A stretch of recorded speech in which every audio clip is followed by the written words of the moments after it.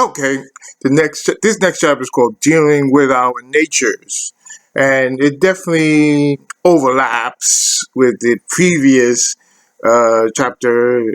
While we're not animals, and when we're talking about natures, like it's a plural, but we all have what I would call, what I'm terming as natures. We have a sexual nature. We have a ego nature. We have an emotional nature. And we have a spiritual nature. Now, I'm only going to deal with those four natures for my purposes. I like to only just make a breakdown of things in small sections, like, not too many different categories and stuff like that. This makes things easier to understand, easy to digest. It might be more nature that people describe, but I'm just talking about these are the main four that I would like to talk about. They're the ones that really make us up.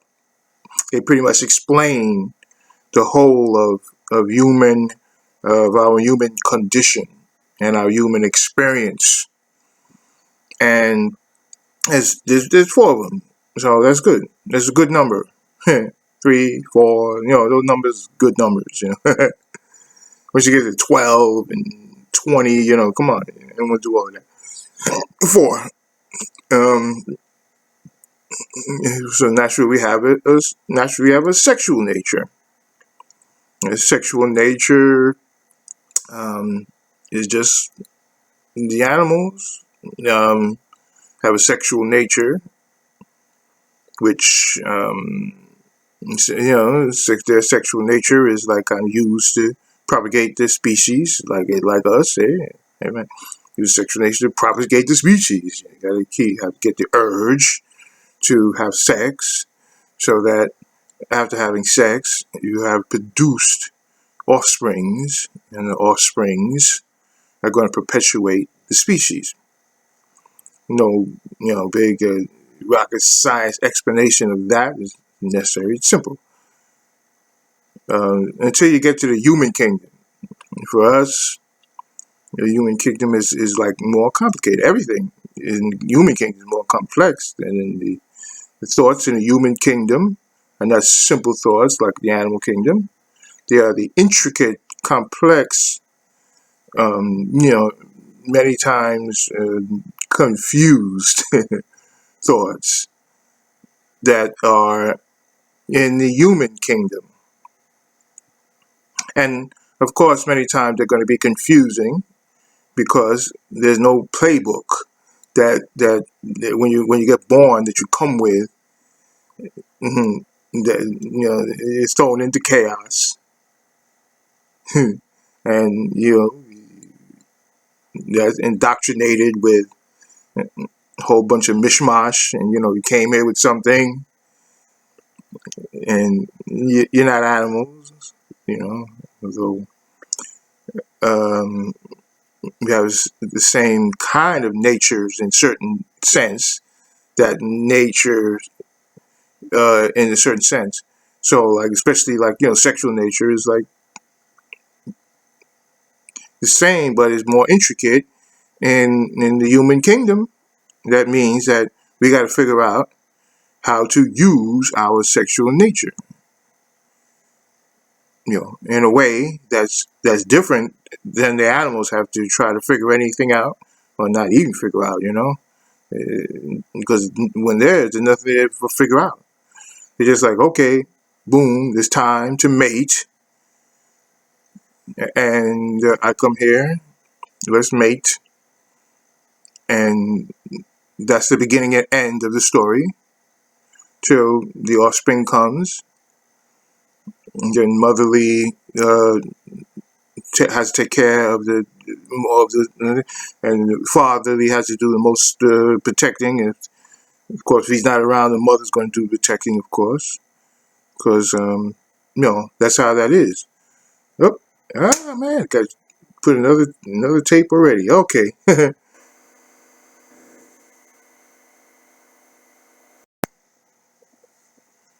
So with all the intricacies that are in the human kingdom, you got to figure out how to deal with this sexual nature.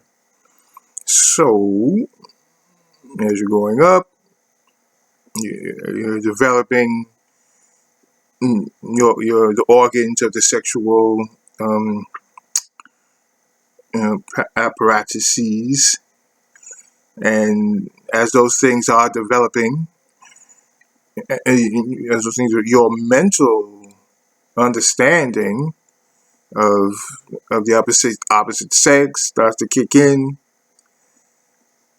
You start looking at the opposite sex in the different.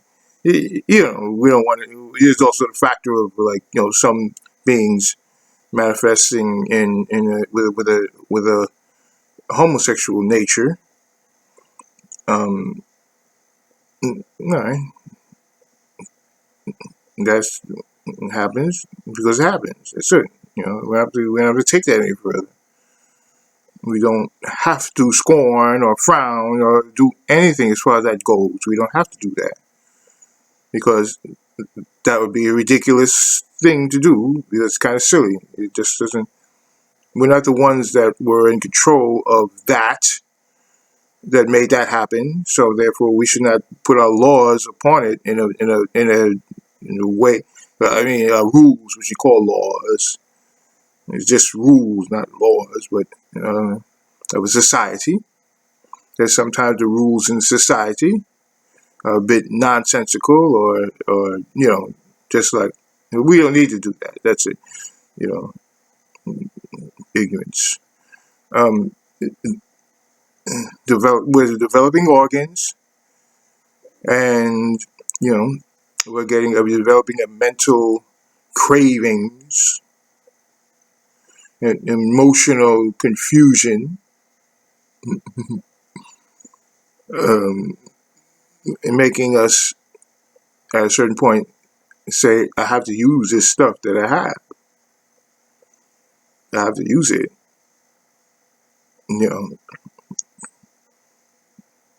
It's not the same as like, oh, I have to create an offspring, and it's not like the mating season of an animal. It's in human kingdom. I gotta use this stuff, and I'm creating my own season, and I'm creating my own emotional tendencies to make this happen. It's the emotional nature will kick in and create an emotional environment for this to happen. So I can use these organs that are given to me for this purpose, but in my intricate ways of thinking, I'm not waiting for some mating season or understanding that kind of a level, because what I do understand is that there's like pleasure involved in this, and individual personage just I am, I can think outside the box of instinct. So I'm doing like how I feel like doing it. There's not really a playbook that tells me exactly how to do it. Like there's Playboy magazine, but that's not a playbook. That's just like that's just like something that there to what do you call it, further titillate or whatever, take the understanding of that whole situation and make it more complex even than it is. Interesting, exciting, confused, and everything else that goes along with that. We're trying to understand that sexual nature and use it and make use of it because we have it. It's having. There's no way that we're not going to make use of it because it's definitely urging. It's a strong urging. There has to be a strong urging there in order for us in order for the species to propagate. That's the purpose. That's why it's built in that way, because you need to make the species to propagate. So it's built in there in with you. This is how you're gonna keep it going, keep everything going, keep your species propagate. But then we take it into our own complexities, and we do it like how we feel like doing it. Whenever we feel like we're developed enough, we're going to create situations that we can use it, that sexual nature. We're going to create situations that we can use it. So, like naturally in society, the male being that, I say I'm the penetrator, and he's got the equipment to penetrate. So I'm going to have to figure out how I'm going to penetrate in a way that can satisfy these urgings of my sexual nature. And in most cases, the female is the receiver. Yeah, and she has this, I know she has a know of figuring out how to receive this in a way that is the most pleasurable and the most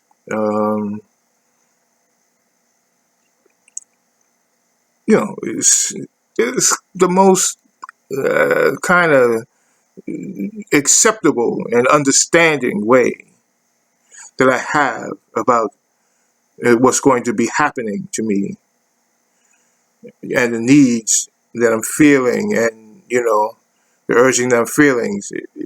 They're usually going to overtake a lot of the real sense about everything, but how to make it all work out without too much of a detrimental situation to myself, to my self-esteem, to my family, to standing, and to my societal standing, everything involved in that, and plus, when am I going to have I'm going to have an offspring? When? Because when is it going to be the best equitable time to do that? Have an offspring, just not have it just happen any old time. Which that happens a lot of times. That does happen. Yeah, sure, of course, but you also have the ability to have a little bit of control over that. And say this is the time when it's going to happen. But as we all know, the playbooks are different in every case. The playbook is different for the man,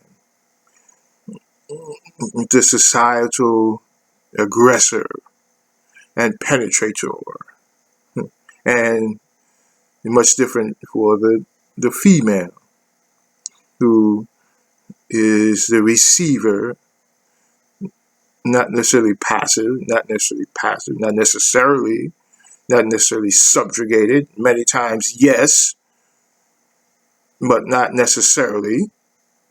Sometimes cunning in a way that they can use what they know is an attraction that that can be used in a way to have influence and control over situations that you can use that control in different kinds of ways. It's a power in certain ways. You can influence people to do certain things. The other gender to do different things because they are trying their best to figure out how to get you in that position to penetrate. And you're saying, okay, the only way that you can do that is if you do this. So it works out that way pretty well a lot of times. Then again, if you say we have aggressors, and there's a lot of things that's involved in the whole sexual nature of the human kingdom. It's very, very complicated, very, very confused a lot of times. A lot of times, uh, just intricate, more complex than the animal kingdom. You know, a lot of different variations, a lot of different ways of looking at things, getting things to come about. and, and probably not a way that probably hasn't not a way that has not been used to try to get it happen to where you want to have it, especially from the male perspective, trying to figure out how he's going to get in that position where he can penetrate. You know, he got those. Yeah, he's got those organs that are developed, and they have a craving to be taken care of, and to be most. You want to be most pleasurable and most pleasurable with another partner. You know, if heterosexual, it's with a female. With a female is wonderful. I mean, you have masturbation and other things, but the ideal thing is just having another partner of the sexual gender that you desire to say, okay, let's go. Because that's the connection that we have with each other. It's a necessary connection that's going to keep our race propagated. So it makes all the sense in the world. But the only problem is that there's no specific playbook that says this is how it's going to come about.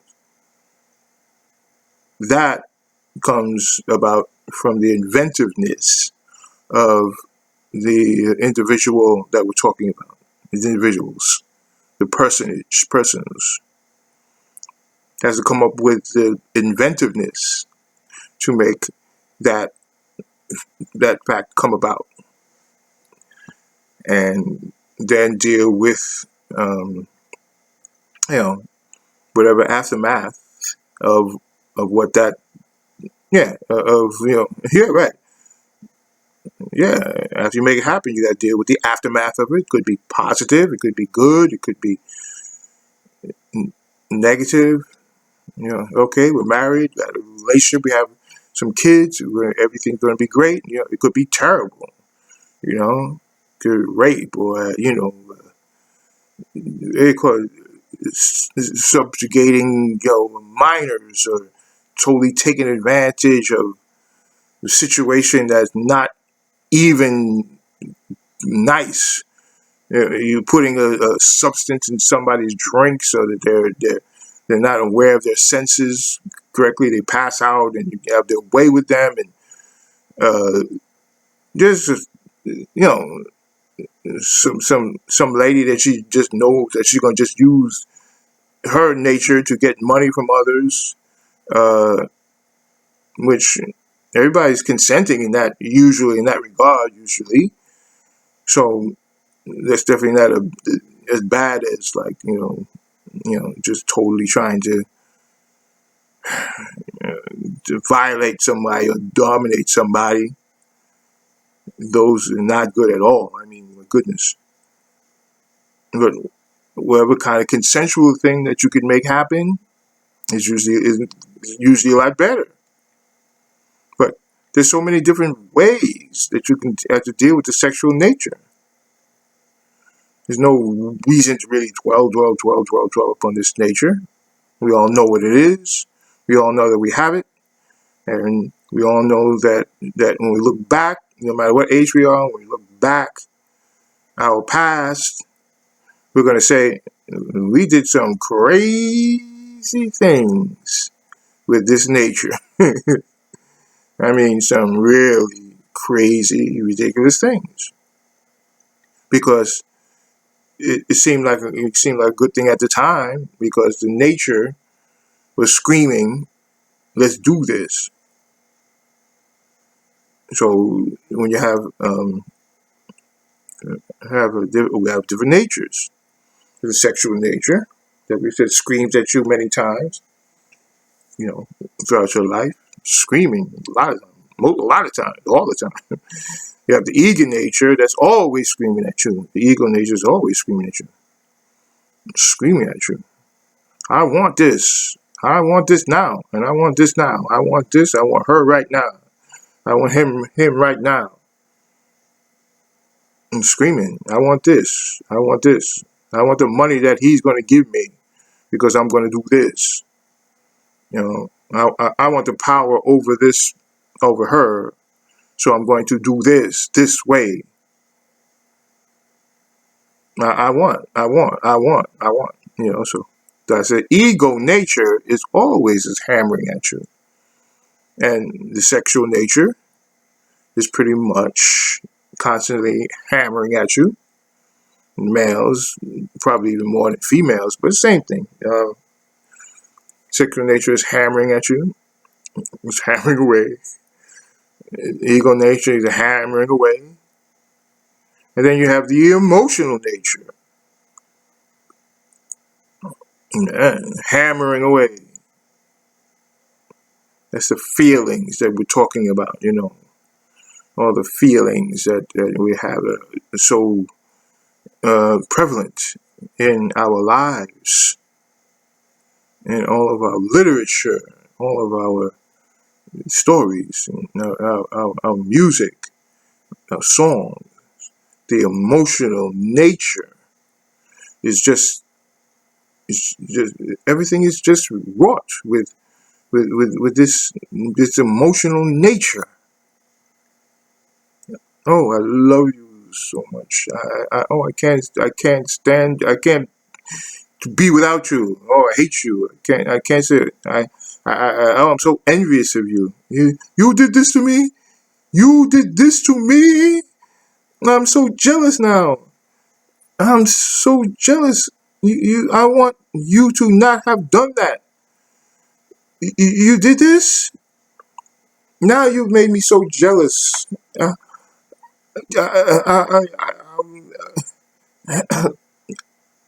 want that so badly. I envy you because you have it and I don't, and I want it so bad. I'll do anything to get what you have. So let me figure out what to do. I'm grieving over what just happened. That's the most terrible thing that just happened. I can't get past that. I can't take myself out of the grief of what just happened. It's so overwhelming. I'm overwhelmed with grief because of just what happened. Somebody passed away. I just can't get out of this grief. My emotional nature will not let me out of it. I'm depressed. My emotional nature is just in that mode that I'm just depressed. I just don't want anything to do with anybody. I don't want, just leave me alone. I don't want, just leave me alone. I'm so depressed, and nothing can take me out of that depression right now. So I just have to just wait till it's over, because nothing's going to take me out of it. That's it.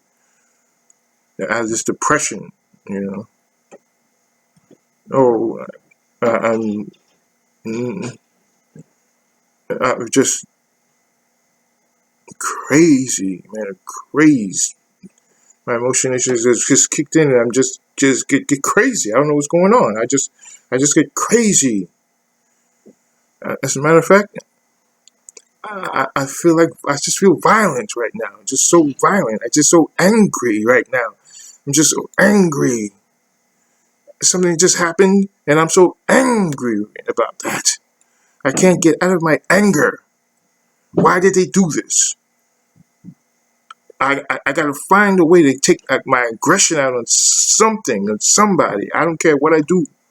whether it's beating somebody up or, you know, self-inflicting to myself, or killing somebody, whatever it takes to get this anger that I can't get rid of it. I have to do something with it, something about it. Emotional nature just take you through so much, so many different phases. I'm just so sad. I'm just so sad right now.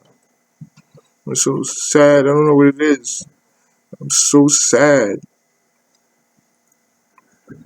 So when we're talking about the emotional nature, and I'm talking about it now, there's a lot of stuff that's not sounding so good about that nature.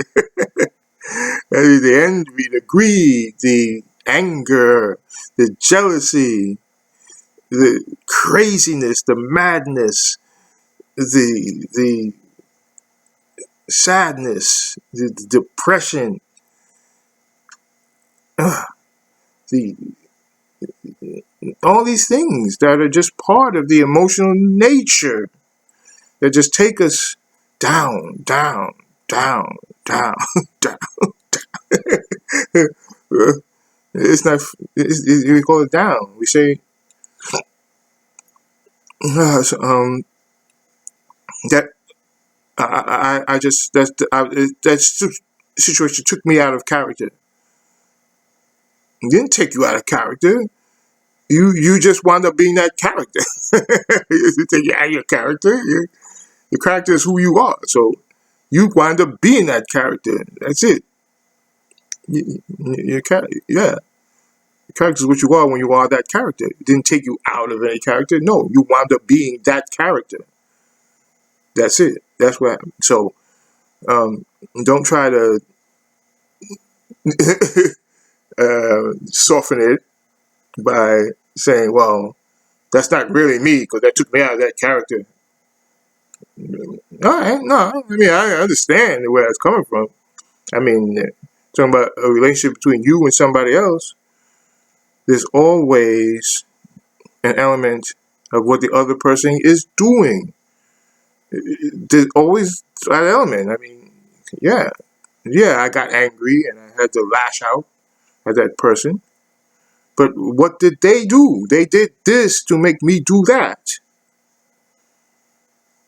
Well, that wasn't so bad, but they did. You shouldn't have reacted that way because, okay, fine. The judge of what is bad and is good and how what bad the other one is not. That's very arbitrary. But usually, and unless we're talking about just cases of total, sociopathic behavior, psychopathic behavior, usually there's something that initiates a reaction, especially a bad reaction, anger and violence, these things like that, revenge. I gotta make sure I get you back. I'm gonna get you back. You're not getting away with that. I'm gonna get you back. So that's it. That's the only way that I'm gonna feel satisfied once I get you back for what you just did, and that will balance it in my mind to an extent that I can now live with that now. So that's all part of the emotional nature, all part of nature, the emotional nature. It's all combined. They're really all combined, not really in one person. It's all the same thing, but we're just talking about things so that we can separate what is going on. That's why I'm saying I'm going to use 4 categories, so you don't want to get too many categories. So you can so you can understand the distinctions that you're making with each thing you're talking about. Yeah, so the emotional nature and the ego nature are very much tied together. And the ego that's calling most of that emotional nature. I want this. I don't want that. I want that not to be like it is. I want this to be like this is, like I want it. And I want that not to be the way it is. Those are the main things that the ego is talking about. What it wants, what it wants. I want this, I want this, I want it right now. I want this not to be like that they seem to be right now, happening. I don't want that to be so. I want that not to be like that. The ego is still screaming, want, and the emotions take over at that point. They take over. They say, okay, I don't want it to be like that, so I want not to be like that. The emotions are now anger, sadness, grief, revenge,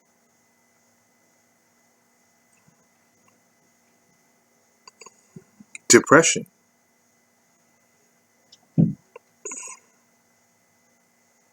envy, jealousy. It's the ego saying, I want things not to be like that. That's what I want. I want them not to be like that. The ego says, well, I want things to be like this. I want that. I want this. Envy. Envy. Greed. Greed. Yeah. Usually, that's it. Gluttony, another one of the 7 deadly sins that they talk about. Yeah, right. Lust. Lust. Yeah. Yeah.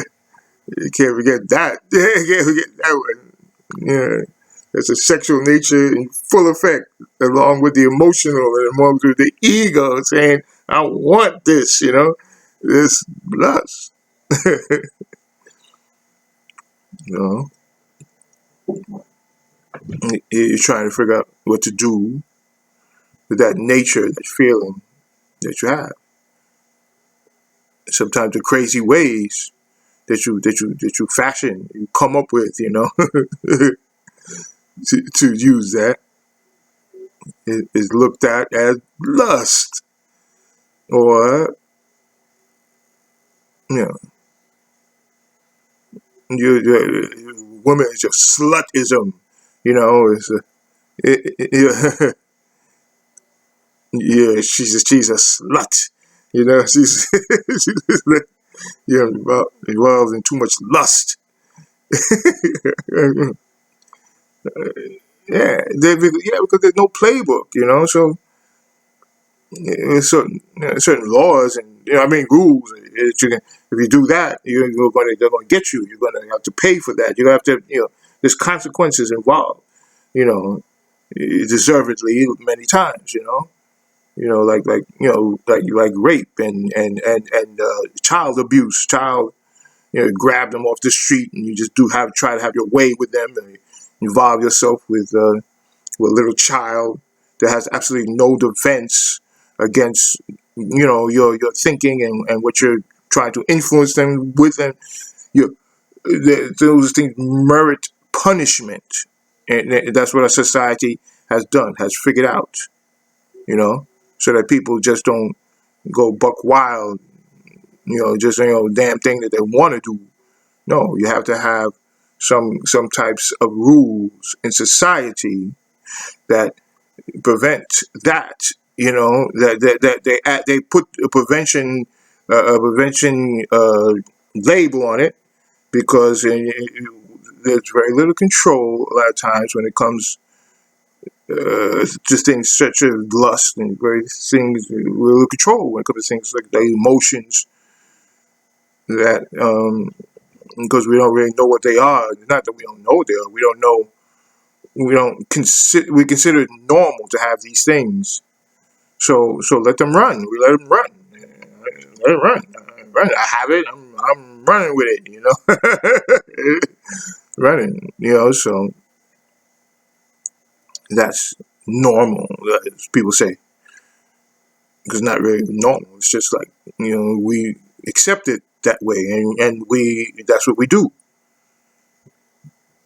It's like I said, when we talk about anything, we talk about the lust situation. You the more power that you have and the more the ego can be fed by that power, then the more you are going to just allow yourself to do and indulge and whatever. There's no way around the consequences.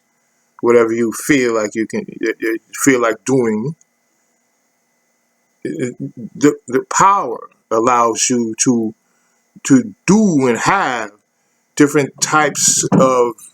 You don't have to worry about it, any kinds of most restrictions a lot of times, because the power makes you don't have to worry about it. And the influence, you can just influence anything because your power is the end all and be all of what your what might be blocking you. You're the one in control, in command. So therefore, there's nothing blocking you. Ain't block that gets in your way. You just know that's not a block for me. That's a block for you. But it's not a block for me because my power, overrides everything. My power. You just do what I say. Just do right now what I say. Just do what I say because I have the power, and so the power is empowering my ego, and my ego can go wild and do whatever it wants to. I don't have to worry about emotions. My emotions can just be on a level of emotions don't make much difference to me. Every emotion I feel, I can have that satisfied with my power.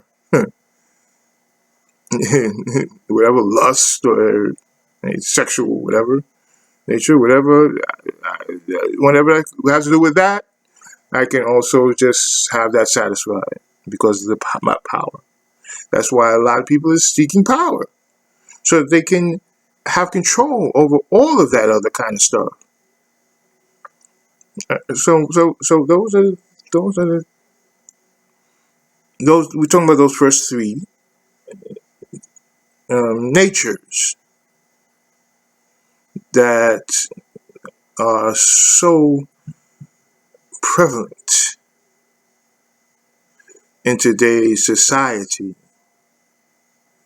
They're so prevalent in today's society. When you talk about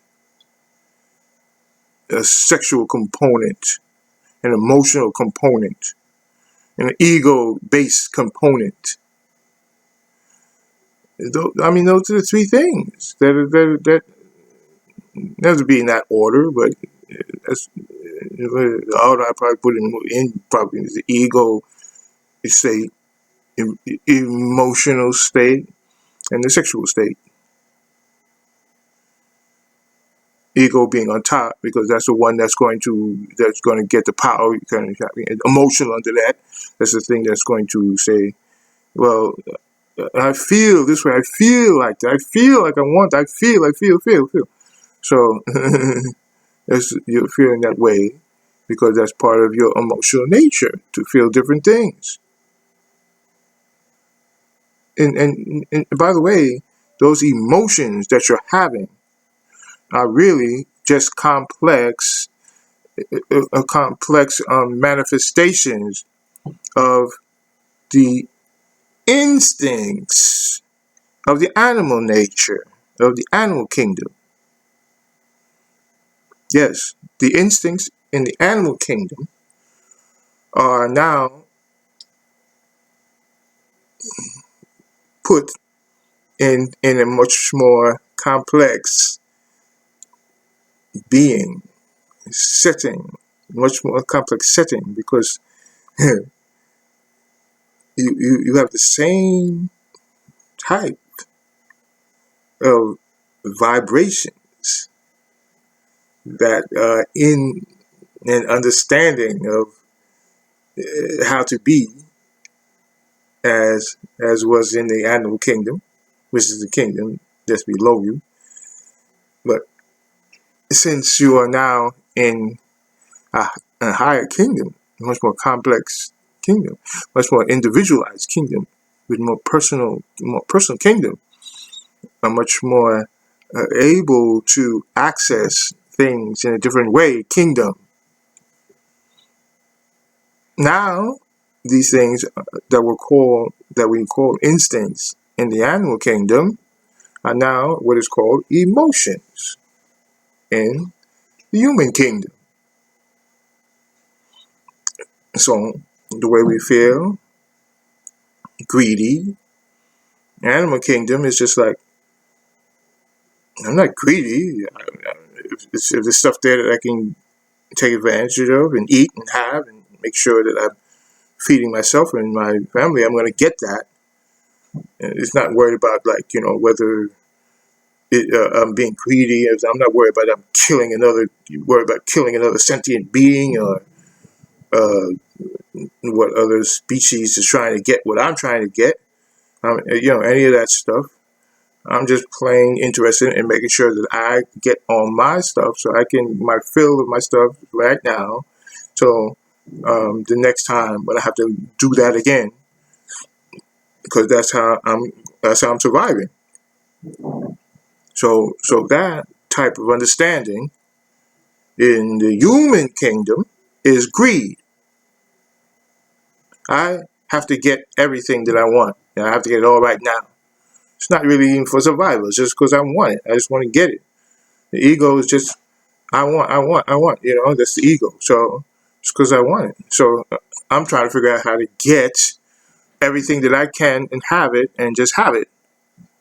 If it does go away, then I gotta try to get it again the next time because I need to get it and I just want it and I want it right now. It's the same thing in the animal kingdom, except much more complex in the human kingdom. Yeah. So mostly all emotions are the same too. Envy is just the fact that if the animal sees another, I'm going to go get some of his stuff, your stuff, because it's going to sustain me. Why should I sustain my stuff? And looking at your stuff, I'm going to go try and get it. Yeah, that's sustain myself. When human doing, I want to get your stuff. I saw it, and I like your stuff, and I don't just want my stuff. I want your stuff too. I like what you have, so I'm going to get that. I envy you for the stuff that you have, so I'm going to try to get that from you. This is envy. It's the same kind of thing, but it's just in a more complex. Everything is the same, but it's just more complex, complexualized in the human kingdom. Yes, that's why the human kingdom is different. Things that are there in the animal kingdom are not got complexualized in the human kingdom. The same vibrations basically. You're jealous of this, the animal, the lion, it has all of these. He's the king of the lions, and he's all these women, this and that. And the other lion wants some woman, and he's not letting any of it go. You can't get that woman because the other lion say, "Yeah, that's in my pack of women. You can't have that." My sexual relationship, I gotta get something. You can't have that one. Okay, I'll tell you what. We're gonna have to fight now. I'm jealous of you because you're preventing me. So everything. It's the same types of things that's going on in the animal kingdom, but with all of these things getting to the human kingdom, they get more complexualized, and they seem as though the difference is quite obvious and apparent and real. So we have to call it something else. We have to call it emotions. Can't Say you can't say complexualized instincts. No, his emotions. You know, that's the name we have for him. That's great. So we have all these things together, and they make up what we are. The different natures make up who we are. But then we also have the spiritual nature. We all have that. That's part of being human. It's a spiritual nature. I'm going to get more into that as we really start to touch upon that topic. That's a very important topic. So suffice it to say, for now, that the spiritual nature is nothing more than the fact that we have the ability to wonder and try to put together and try to fashion some kind of understanding of what is outside of ourselves. The fact that we have that is what is the spiritual nature, because it is the urging of something that is higher, above us, that talking to us and trying to inform us that it's there above us. And why don't we try to get to it? Yeah. Why don't we try to get to what's above us? But it's a vibration that are coming down from what's above. As far as the planes go, it's above us, but it's giving us urges because it wants us to evolve. That's what evolution is. Let me get more into this later when I get strictly into just talking about the most important nature of what we are and what we are really about. These other natures that we're talking about are the mundane natures that attach us to the earth and keep us alive and keep us having a lot of confusion, the fun of confusion because of complexities of trying to figure this out and no playbook to figure it out. And so we're doing this and that and the other thing. Sometimes we're not thinking straight enough to understand that the wild horse ego is running around just doing what it wants to do,